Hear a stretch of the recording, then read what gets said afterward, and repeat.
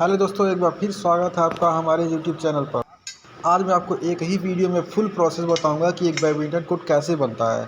ये वीडियो बनाने में हमें 1 महीने लगी है और एक दिन का मैंने वीडियो का कलेक्शन करके ये वीडियो तैयार किया है। तो एक लाइक कर दीजिए और मैं वीडियो स्टार्ट करता हूँ। तो दोस्तों, मैंने सबसे पहले इसका लेआउट किया और लेआउट करने के बाद मैंने चारों कोनों पे सरिया गाड़ दिया है और सरिया गाड़ने के बाद मैंने उसे धागे से बांध दिया है और उसके बाद उसमें चूना गिरा के मैंने लेआउट कर दिया है। लेआउट करने के लिए आप लोग ने बचपन से पढ़ा होगा पाइथागोरस प्रमेय, a² + b² = c²। 3 4 5 लेके पाइथागोरस प्रमेय से लेआउट किया जाता है। सबसे पहले ये बता दूं कि एक बैडमिंटन कोर्ट में क्या क्या लेयर्स आते हैं। तो मिट्टी को अच्छे से लेवल करने के बाद पीसीसी की लेयर डाली जाती है, जिसका रेशियो हम 1:3:6 या 1:4:8 रख सकते हैं। उसके ऊपर हम सीसी या आरसीसी करते हैं, जिसके रेशियो हम 1:2:4 या 1:3:3 रख सकते हैं। उसके ऊपर से हम चारों तरफ से बीट बनाते हैं और बीट बनाने के बाद उसमें एसबीआर का लेयर चढ़ाते हैं। एसबीआर के बाद उस पर सीलर लगाते हैं। सीलर के बाद पीयू और कलर करके मार्किंग कर दी जाती है और अपना बैडमिंटन कोर्ट तैयार हो जाता है। तो मिट्टी को लेवल करने के बाद हमने चारों तरफ से बाउंड्री वाल चलवा दिया है ताकि इसमें पीसीसी किया जा सके। बाउंड्री वाल करवाते समय ये ध्यान रखना चाहिए कि जो सबसे ऊपर की जो आरसीसी की लेयर आएगी वो इस वाल के 2 इंच ऊपर तक चढ़नी चाहिए। ध्यान रहे कि पोल वहाँ लगाते हैं कि खेलते समय आँख पर रोशनी न आए। इसके लिए हमें कोर्ट के लंबाई वाले हिस्से का आधा करते हैं और उस आधे का फिर आधा करते हैं, फिर वहाँ से 1 मीटर दूरी पर पोल लगाते हैं। मैंने पीसीसी और आरसीसी एक साथ करवा दिया है। देखिए, मैंने सरिया बंधवा दिया है, आप चाहे तो अलग भी कर सकते हैं। इसके बाद मैंने पूरी रात रेड मिक्स कंक्रीट मतलब आरएमसी की गाड़ी से मैंने इसकी कास्टिंग करवाई और कॉलम की कास्टिंग के लिए मैंने इसे तैयार करके रखा था, बस इसमें फ्रेम लगा के कास्टिंग करवा देना है। दोस्तों, ये मैंने कास्टिंग कर दिया है। कास्टिंग करने के लिए देखिए यहाँ पे कर रहे थे कास्टिंग, तो यहाँ पे एक लोग बम्बूट नहीं पहने थे तो उनका पैर खराब हो गया था, तो बम्बूट जरूर पहनिएगा किसी भी कास्टिंग के वर्क में। मेरे पास ऑटो लेवल नहीं था उस टाइम, क्योंकि तो मैंने देखिए सरिये में मैंने 2 इंच और 4 इंच पे, जिधर मेरा स्लोप था उधर 2 इंच ये ब्रिक के ऊपर से था और ब्रिक के ऊपर से 4 इंच था जहाँ पे अप लेवल था। तो मैंने उतने पे सरिये में मैंने वो बाइंडिंग वायर बांध लिया था टेप से नाप कर। तो टेप से नाप कर मैंने बांध लिया था। उसके बाद मैंने उससे किनारे किनारे पे चेक कर पा रहा था। लेकिन इसके बाद जो मुझे साइट मिला था वहाँ पे बास्केटबॉल और टेनिस कोर्ट बनाना था, तो वहाँ पे मेरे पास ऑटो लेवल भी था और मैंने बीच बीच में भी ऑटो लेवल से ठिया पहले लगा लिया था। उसके बाद मैंने कास्टिंग करवाया तो बहुत अच्छे से वो कास्टिंग हो गया। इसके बाद मैंने इसमें 7 दिन तक पूरा पानी भर कर छोड़ दिया क्यूरिंग के लिए।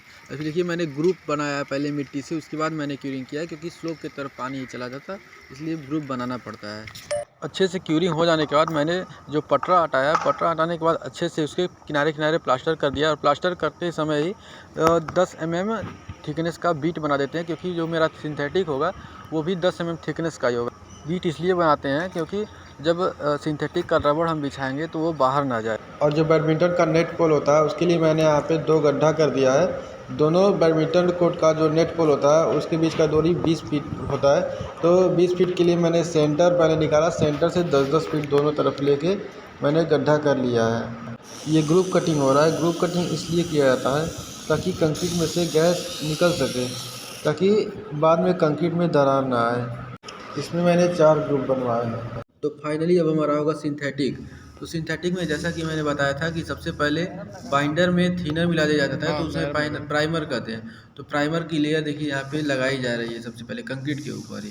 दोस्तों, मैं एक बार जो बता दे रहा हूँ वो दोबारा नहीं बोलूँगा क्योंकि वीडियो लंबा होता जा रहा है। तो एक बार पूरा अच्छे से प्राइमर लगा देने के बाद एसबीआर रबर होता है, जिसको स्टाइरिन ब्यूटारिन रबर कहते हैं, उसको कुछ इस तरीके से बिछा लेते हैं। यहाँ पे देखिए मैंने रोलर तैयार रखा है और जो एसबीआर है उसमें बाइंडर 20% मिलाना था, 15 से 20% मिलाया जा सकता है। ये जो सारा सामान लगने वाला है वो सब है, ये बाइंडर थिनर। ये देखिए ये जो एसबीआर मतलब रबर की जो बोरी थी वो 39.935 मीन्स 40 kg की थी। एक बोरी एसबीआर में 8 kg बाइंडर डालना था 20% के लिए। तो मैंने ये 2 kg का एक डब्बा है तो 4 डब्बा डाल देते थे तो 8 kg हो जाता था। उसके बाद इसको मिलाने का काम स्टार्ट हुआ। आप चाहे तो कंक्रीट मिक्सर मशीन से मिला सकते हैं, क्योंकि ये एरिया बहुत छोटा था इसलिए हाथ से ही मिलाकर इसको डाल दिया गया। देखिए अभी अच्छे से मिल गया, अभी बिछाने के लिए तैयार हो गया है। इस तरीके से SBR रबड़ को बिछाया जाता है और इस पर प्रॉपर रोलर चलाया जाता है ताकि ये अच्छे से बैठ जाए। और देखिए ये भी देख लीजिए कि ये रबड़ कैसा दिखता है। देखिए 3 mm का दाना होता है और ये लगता है कि कोई टायर या फिर कोई ऐसी चीज़ों को काट कर बनाया गया है।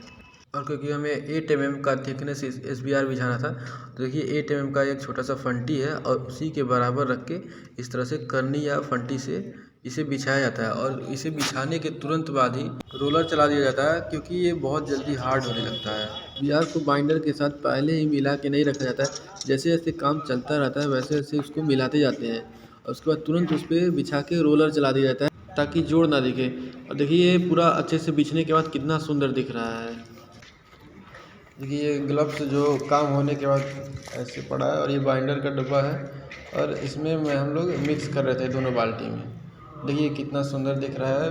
और इसके बाद सिंथेटिक में लेयर आएगा सीलर का। सीलर में पहले वो जो रबड़ था 3 mm डालने का, वो उसका पाउडर उसी का भी आता है, तो उसे भी हम मिक्स कर लेते हैं। और सीलर का A और B 2 पार्ट होता है जिसे हाफ हाफ मिलाते हैं। इन तीनों चीज़ को हैंड मिक्सर मशीन से अच्छे से मिला लेते हैं और मिलाने के बाद शुरुआत में जब हम मिक्स कर रहे थे तो ऐसा दिख रहा था। अब प्रॉपर मिक्स होने के बाद देखिए कुछ इस तरह से ये दिखता है। इसको मिक्स करने के बाद जो पुट्टी करने वाला पत्ती होता है उसी से इसको भी बिछाते हैं। और ये देखिए ये जल्दी बहुत हार्ड होता है, जल्दी खुलता नहीं है, तो इसके लिए पेचकस का इस्तेमाल करना पड़ा था। तो B पार्ट को खोलने के बाद उसको A पार्ट में इस तरह से मिला दिया जाता है। जब B पार्ट A पार्ट से मिलता है तभी ये फ्रीज होना शुरू होता है।